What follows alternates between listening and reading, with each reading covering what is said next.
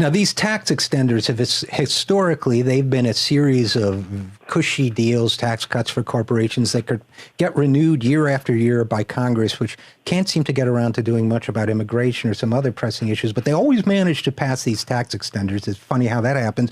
And there was even talk at one point about making them permanent, which would be a real loss, I would say, for common sense. But is that still on the table, the idea of making these tax extenders permanent?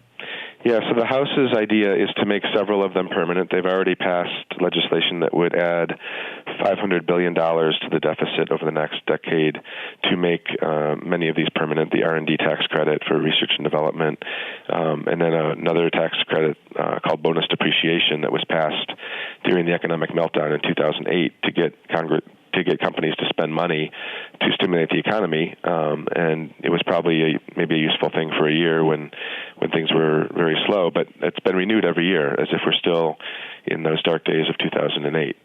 Many families still are in those dark days, but corporations have recovered to record levels of profits and really don't need that kind of tax relief. The Senate is looking at a more modest version of just renewing it for 2 years, and the cost for doing that would be about $85 billion.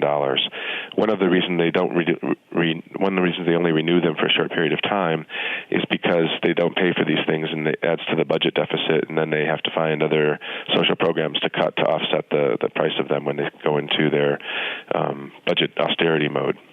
It's also politically more palatable to not go on record as throwing away $500 billion for your corporate friends. That's right.